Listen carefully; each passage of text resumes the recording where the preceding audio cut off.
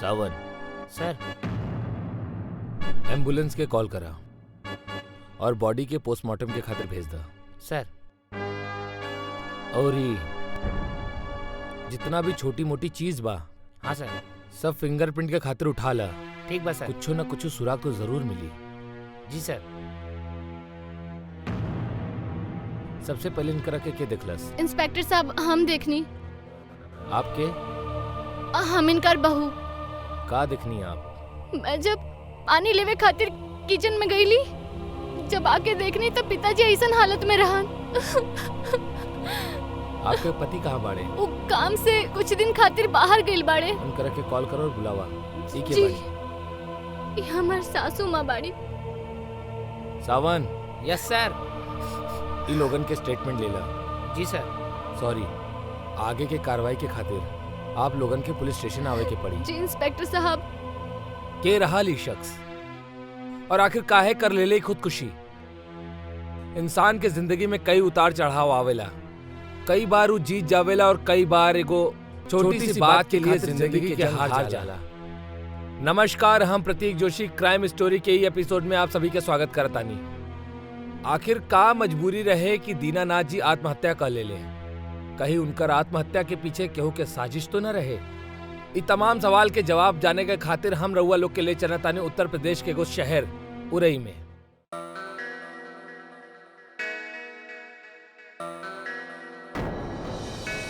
Thank you so much बेटा। हम तो उम्मीदें छोड़ देले रहनी कि ई प्रॉपर्टी हमने के मिल जाई। कैसन बात करता नहीं आप अंकल?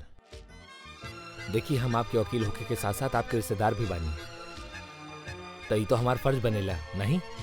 पर जो भी कहा अमरीश, ये सब चीज तोहर मेहनत के ही नतीजा बा।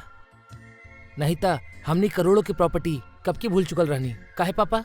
और का अंकल, बस थोड़ी सी और फॉर्मेलिटी बाकी बा, वो होका थी हम सारा कागजात आपके वापस कर दे। नो इशू बेटा, टेक योर टाइम। बस प्रॉपर्टी एक बार आपके नाम हो जाओ, फिर आप चाहे जो करियो कर साथ में। अरे आप लोगन बस बातें ही करत रहब कि कुछ चाय नाश्ता भी करब? अरे बहू जी, माँ जी कुछ नाश्ता उश्ता लेके यह चाय के साथ। अच्छा माँ जी। यार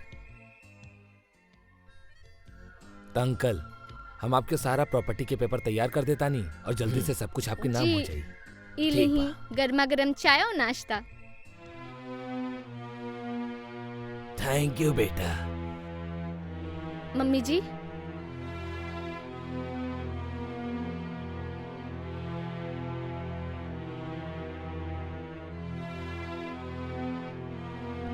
अच्छा मम्मी जी, हम आधा घंटा खातिर बाहर जात बानी, जल्दी आ जाई। ठीक बा बेटा।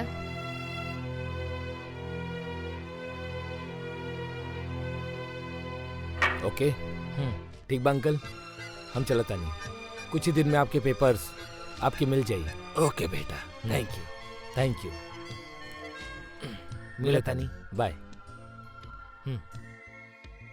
कितना नेक बच्चा बा। हाँ पापा।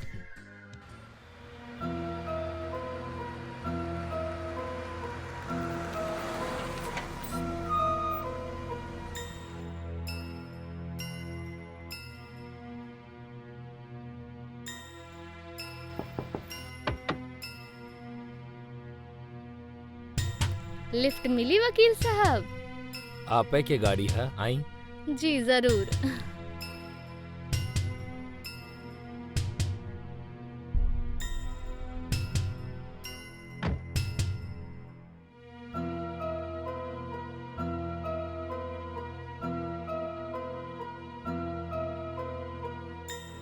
कीमत कितना बा?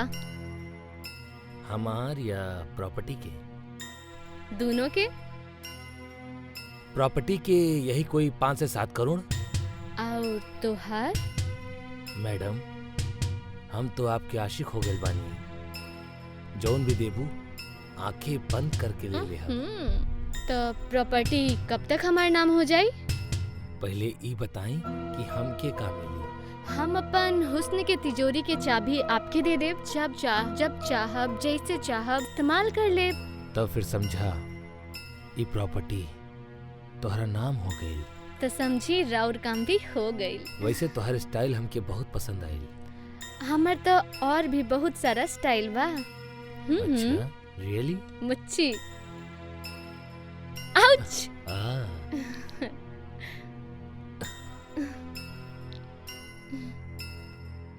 कौन सा स्टाइल से करल जाई हमनी?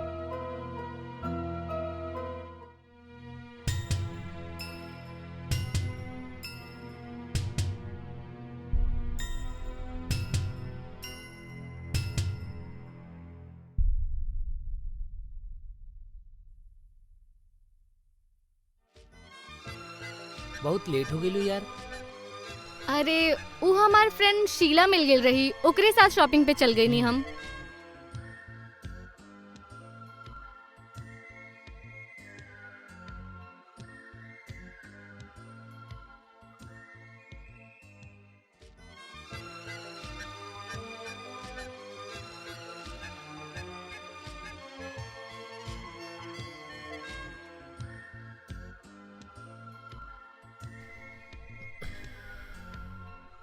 Looking dam beautiful.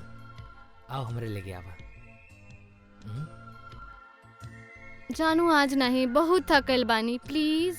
एक्चुअली हमार मन बिल्कुल नहीं खे। का होत रहली? कहीं ऋतु कोनो साजिश के शिकार तो ना होकत रहे, या फिर ऋतु खुद कोनो साजिश रचत रहे? ऋतु के हस्बैंड राजेश जौन की ऋतु से बेहद प्यार करत रहे, ओके ऋतु के हरकत दिन पर दिन कुछ अजीब सी लगत रहल। कहीं वो तो कोनो साजिश ना रचत रहल? सच्चाई जानने के खातिर आए देखल जाई आगे।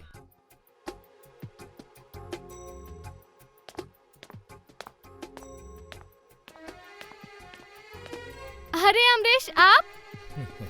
सरप्राइज।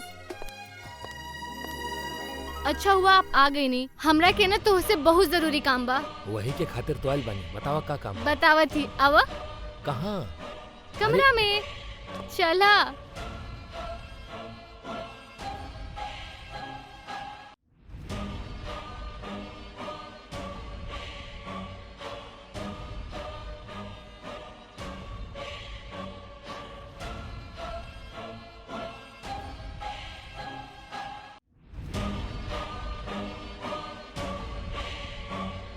अच्छा डार्लिंग, तू हमार काम कैला कि नहीं? हमार ख्याल के रखी। हाँ, यही से तो हम बेडरूम में लेके आइल बानी। अच्छा।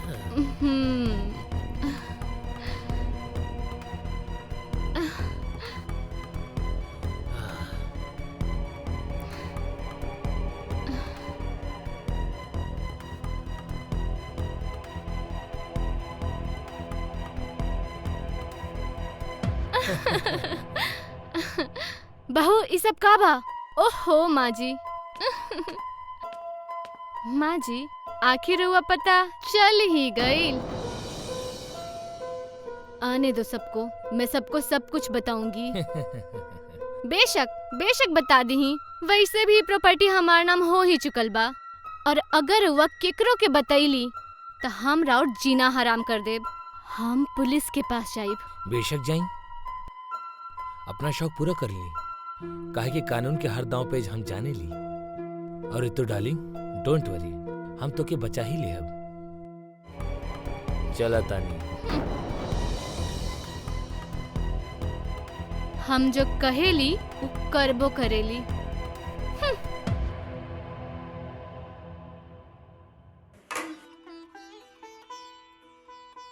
का बात बा, आज बहुत देर कर दी नहीं रहुआ? अरे तू तो जाने लू कि कोर्ट कचहरी का काम ऐसे नहीं हो खेला।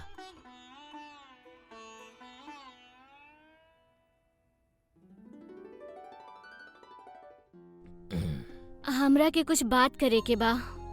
अरे यार, थकल आयल बानी और फिर तोहार वही सास बहू के नाटक चालू। नहीं, बहुत जरूरी बात बा। अरे भूख लगल बा, पहले कुछ खाना खा के देता। अरे बहू, हमार खाना लगा दा। सुनी ना, हमरा के रउआ से कुछ जरूरी बात करे के बा। अरे सो जाना, सुबह बात कर लिहल जाई। सुनी ना, ऋतु के बारे में बात करे के बा। ओफो, अरे कितना दिन से हम कोशिश करत बानी बात करे के, रउआ सुनते नहीं की। हाँ, पापा जी सोए के तैयारी करत बानी, राउर दवाई लाइल बानी। अरे बेटा, हम तो भूले गए रानी। ये कुछ उम्र है ऐसन बा। अरे बेटा, हमके तो खुदे याद ना रहेला कि कौन सी दवाई खाए के बा। दवाइयाँ टाइम से लेवल जरूरी बा। एको गोली यहाँ से वहाँ भइल ना तो जान के भी खतरा हो सकेले।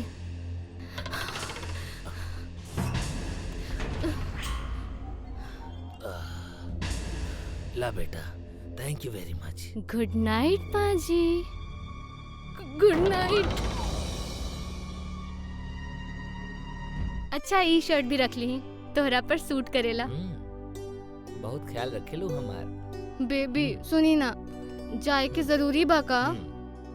जाए के जरूरी बा। देखा काम तो काम बा, लेकिन अब तू कहा था हम रुक जाता नहीं।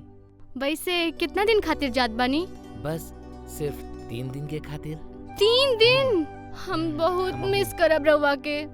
हमहू करब।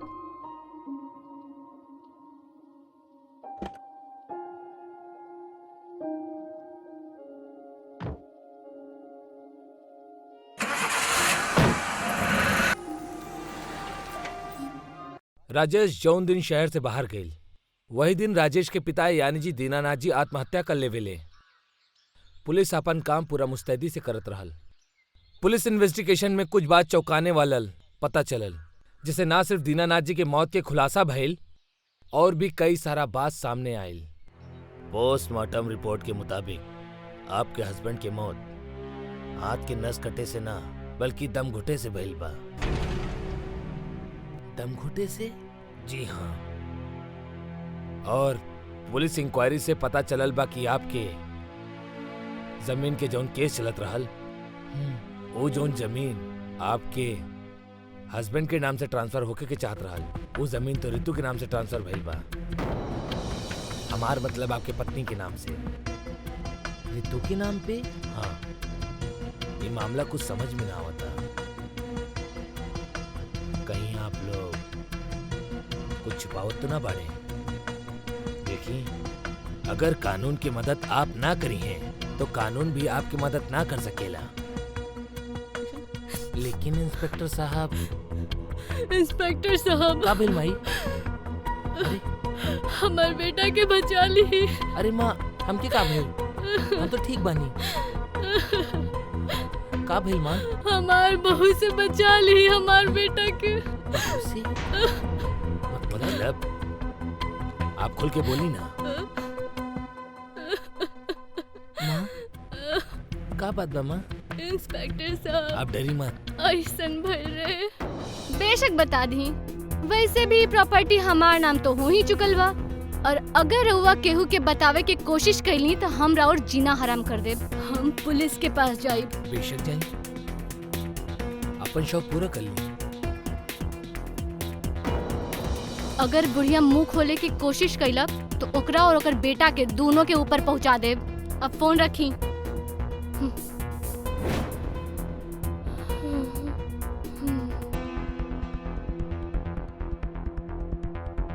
ये वक्त आपके बहू बा कहाँ? अपना कमरा में है। यस सर।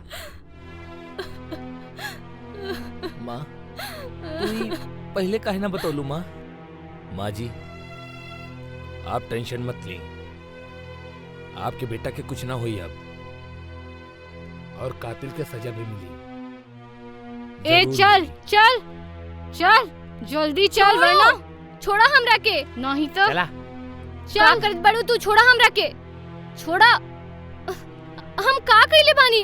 मम्मी जी हम कुछो नहीं कइले। हम सच कहत बानी। लेके जा हमार नजर के सामने से। राजेश, हम सच कहत बानी, हम कुछो नहीं कइले। माँ जी, हम कुछो नहीं कइले। ले चला एकरा के। माँ जी, छोड़ा। चला। हमरा के। अरे रुका। पकड़ा एकरा के। अरे कहाँ जबा? रुका।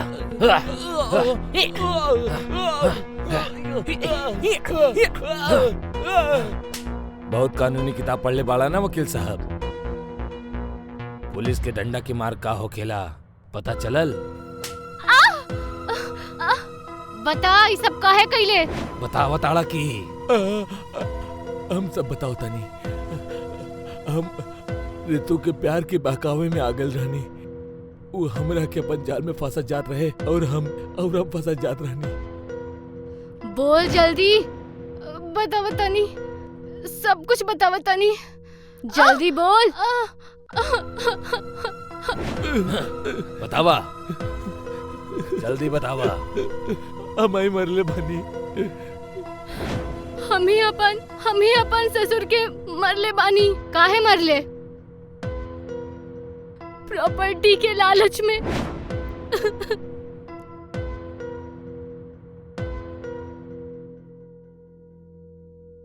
Hello hello. तोहरा खातिर एक गुड न्यूज बा। अरे वाह, का? हमार हस्बैंड 3 दिन खातिर बाहर गेल बाड़न। आपके खातिर भी गुड न्यूज बा। का जल्दी बताई। ओ गुड न्यूज तो हम आपके घर पे ही आके सुनाई। अच्छा तो आ जाए शाम के घर। ओके बाय।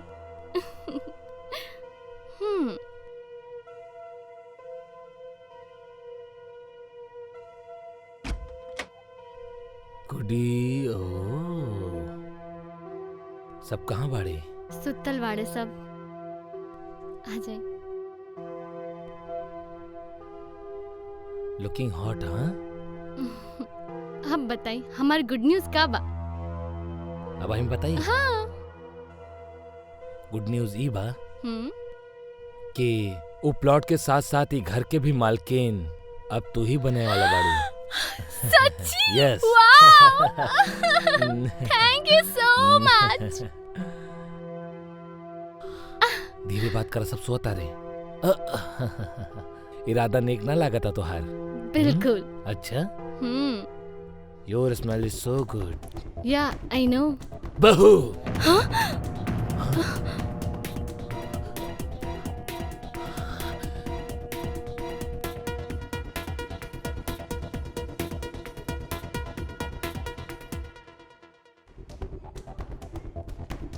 पापा मत कहा हमरा के पापा, शर्मा होता हमके।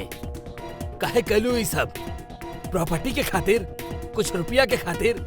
अरे हमसे वैसे ही मांग ले तू, हम तो वैसे नो तोरा के देवे वाला रहनी। वैसे भी हमरा लगे कितना दिन कितना जिंदगी बाजिए के खातिर, वैसे भी हमनी के मर जाए के रहल। शर्म ना आवल तू दोनों के? तू हमरा के धोखा देले बाड़ू, धोखा फरेब कले बाड़ू हमरा साथे। हम पुलिस के बुलाई, राजेश के बुलाई। पापा नहीं प्लीज। हाथ मत लगाइए हमके। प्लीज पापा, हमरा के माफ कर दी पापा। प्लीज हमारी बात सुनी पापा। हमरा के कुछ नहीं चाहिए, कोई प्रॉपर्टी नहीं चाहिए। प्लीज पापा हमारी बात सुन ली पापा, प्लीज पापा हमरा के माफ कर दी पापा। झूठ झूठ।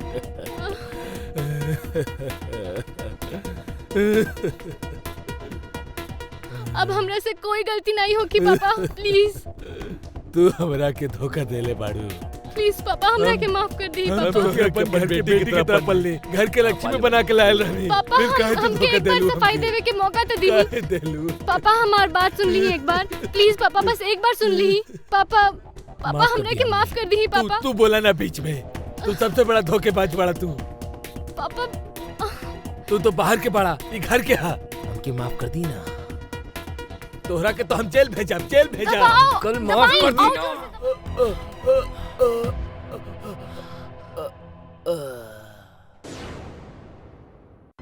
अब ऊपर जाके भगवान के बताई पापा।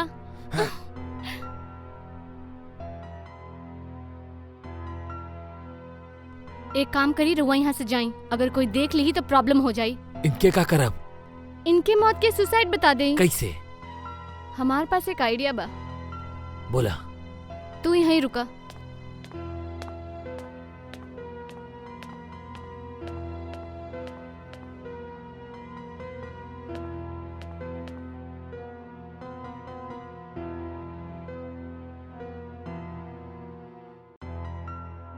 ई का करताड़ू तू? हाँ? बस तू देखते जा।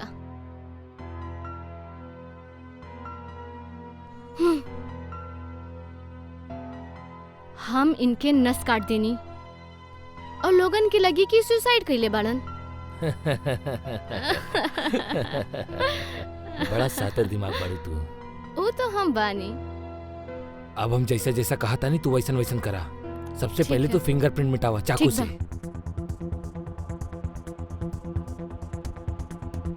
पूछा, चश्मा से फिंगरप्रिंट मिटावा जल्दी। अब रख दा। हाँ अब फोन कहाँ बा तोहार? फोन हुआ बा। पुलिस के फोन करा। अच्छा ठीक बा। Hello police station. जी सर। एक काम कर, तू यहाँ से जा वरना केहू के शक हो जाई। आगे क्या हम संभाला तनी, तू अपन ख्याल रखा। ठीक। ठीक बा चला।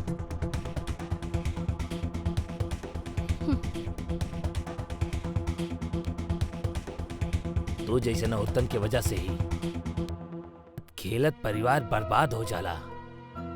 खैर कानून तो के बराबर सजा दी। तू एगो हसत खेलत परिवार के बर्बाद करके रख देला।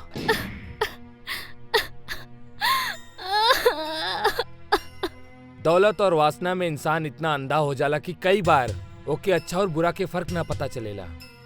वो कहेला ना, जैसन करनी वैसन भरनी। क्रिमिनल कितना भी ज्यादा चालाक काहे ना होके, लेकिन वो जुर्म करे के बाद बच ना सकेला। पैसा और प्रॉपर्टी के खातिर कईल गली पहला जुर्म ना रहे। हमारे आसपास कई सारी घटना होखेला जिनमें इंसान अपन ही बुजुर्गन के खून बहा देवेला। अपन परिवार के ध्यान रखिए, उनकर हिफाजत करब आपकी जिम्मेदारी बा। दोस्तों, हम प्रतीक जोशी क्राइम स्टोरी के ये एपिसोड से रउआ लोग से विदा लेतानी। मिलतानी अगला एपिसोड में एगो नई घटना के साथ। ना जुर्म करी और ना होके दी। जय हिंद।